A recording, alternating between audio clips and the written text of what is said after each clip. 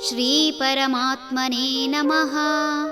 ಶ್ರೀಮದ್ಭಗವದ್ಗೀತಾ ಅಥ ಅಷ್ಟಮೋऽಧ್ಯಾಯಃ.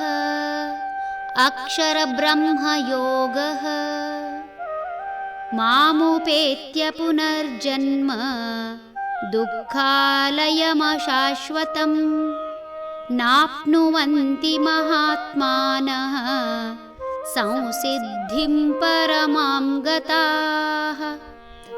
ಈ ರೀತಿ ನನ್ನನ್ನು ಪಡೆದವರು ಅಶಾಶ್ವತವೂ ದುಃಖದಿಂದ ಕೂಡಿದ್ದೂ ಆದ ಸಂಸಾರಕ್ಕೆ ಪುನಃ ಬರುವುದಿಲ್ಲ. ಅವರು ಪರಮಸಿದ್ಧಿಯನ್ನು ಪಡೆದವರು. ಭಗವಂತನ ಸಾನ್ನಿಧ್ಯ ದೊರೆತ ಮೇಲೆ ಮತ್ತೆ ಶಾಶ್ವತವಲ್ಲದ ಹಾಗೂ ಯಾತನಾತ್ಮಕ ಜೀವನಕ್ಕೆ ಯಾರು ತಾನೇ ಬಂದಾರು? ಸನಾತನ ಧರ್ಮ ಭಗವಂತನನ್ನು ಸೇರುವ ಬಗ್ಗೆ ಹಾಗೂ ಶಾಶ್ವತ ಸ್ವರ್ಗಲೋಕ ಪಡೆಯುವ ಬಗ್ಗೆ ಸಾಕಷ್ಟು ಬೆಳಕು ಚೆಲ್ಲುತ್ತದೆ.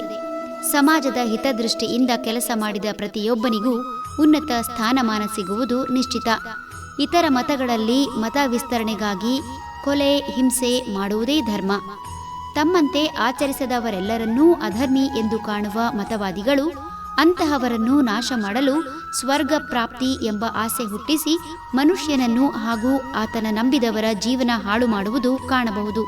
ಆದರೆ ಸನಾತನ ಧರ್ಮ ಮಾಡುವ ಕೆಲಸವನ್ನು ಸಮಾಜದ ಒಳಿತಿಗಾಗಿ ಭಗವದರ್ಪಣ ಭಾವದಿಂದ ಮಾಡುವಂತೆ ಪ್ರೇರೇಪಿಸುತ್ತದೆ.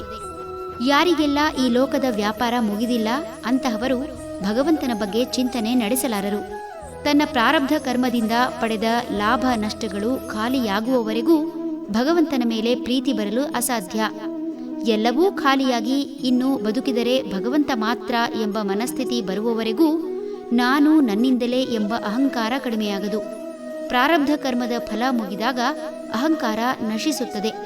ಆಗ ಅಲ್ಲಿಯವರೆಗೂ ಭಗವಂತನಿಂದ ಪ್ರತ್ಯೇಕವಾಗಿದ್ದ ವ್ಯಕ್ತಿಯ ಪ್ರಭಾವಳಿ ಭಗವಂತನಲ್ಲಿ ಏಕವಾಗಿ ಉತ್ತಮ ಸಮಾಜಮುಖಿ ಕಾರ್ಯ ಮಾಡುವುದಕ್ಕೆ ಪ್ರೇರಣೆಯಾಗಿ ಭಗವಂತನಲ್ಲೇ ಒಂದಾಗುತ್ತದೆ. ಇಂತಹವರು ಪರಮಸಿದ್ಧಿ ಪಡೆದವರು. ಇವರು ಮತ್ತೆ ಬರುವುದಿಲ್ಲ ಎನ್ನುತ್ತಿದ್ದಾನೆ ಭಗವಂತ.